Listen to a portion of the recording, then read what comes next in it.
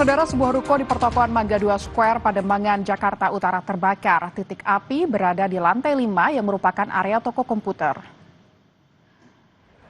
Karyawan yang berada di lokasi berhamburan keluar toko dan melihat kepulan asap yang tebal.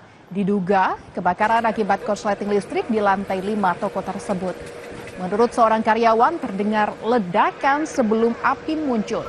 Selama kurang lebih 1 jam, api masih terus dipadamkan oleh petugas dengan mengerahkan 12 unit mobil pemadam kebakaran.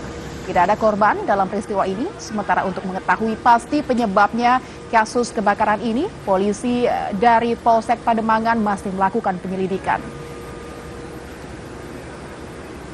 Saudara, lebih lengkap kita bergabung dengan jurnalis Kompas TV ada Rahmat Prastyo di Mangga 2 Square, Pademangan, Jakarta. Selamat siang, Pras. Apakah api sudah berhasil dipadamkan saat ini?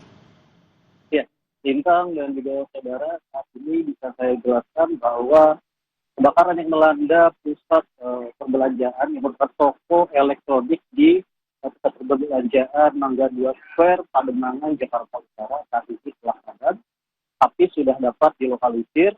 Sebanyak 17 unit dan 100 personil dari suku dinas pemadam kebakaran Jakarta Utara dan juga dari dinas DKI Jakarta berjibaku memadamkan api hampir selama 2 jam, dan hampir selama 2 jam itu akhirnya api yang sempat berada di titik lantai 5 dan lantai 4 berhasil dipadamkan. Pras, apakah seluruh pengunjung atau karyawan sudah berhasil dievakuasi semua? Untuk para pengunjung dan juga karyawan, memang tadi saat terjadi peristiwa kebakaran ini, proses pekerjaan proses kerja berniaga tengah berlangsung. Namun lantaran adanya kepulan dan juga tanda bahaya dari api yang menyala, membuat para pengunjung dan juga para karyawan berhamburan keluar. Mereka sempat kembali untuk menyelamatkan barang-barang yang masih bisa diselamatkan, namun juga masih banyak tentu yang rusak akibat peristiwa kebakaran ini. Pras, apakah sudah ada informasi terkini atau keterangan lebih lanjut dari pihak kepolisian terkait penyebab pasti kebakaran?